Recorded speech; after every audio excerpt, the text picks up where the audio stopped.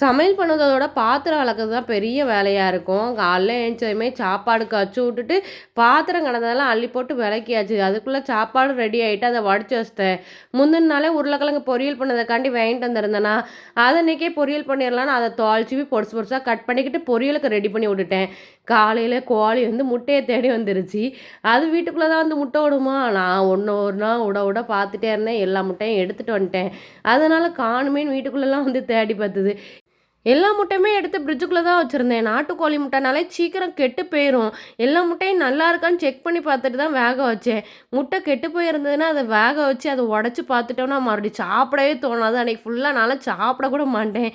காலையிலயே மசாலா பொடி வாங்கிட்டு வர சொன்னேன், வாங்கிட்டே வரல. நான் பக்கத்து கடையில போய் தயிர் வாங்கிட்டு வந்து, இந்த வெயிலுக்கு அதுக்கும் இந்த தயிர் சாதமே கிண்டிறலான்னு தயிர் சாதம் தான் கிண்டி வச்சிருந்தேன்.